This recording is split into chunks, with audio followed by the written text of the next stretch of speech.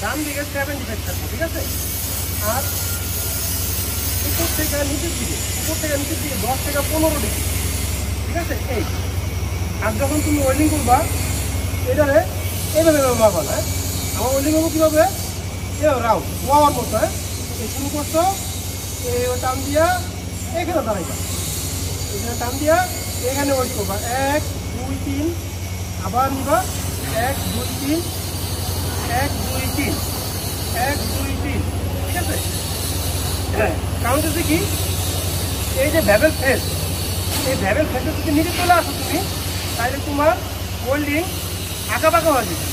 আঁকাবাঁকা যাতে না হয় সেজন্য এই ভ্যাবেল ফেসটা ফলো করবে, ঠিক আছে? এই ভ্যাবেল ফেসটাই মনে করো যে তোমার কিন্তু বর্ডার লাইন, এটা ক্রস করা দেবো, এটা ক্রস করলেই জিগ জায়গার মতো হয়ে যাবে, এমন হচ্ছে এরকম করা দেবো, ঠিক আছে?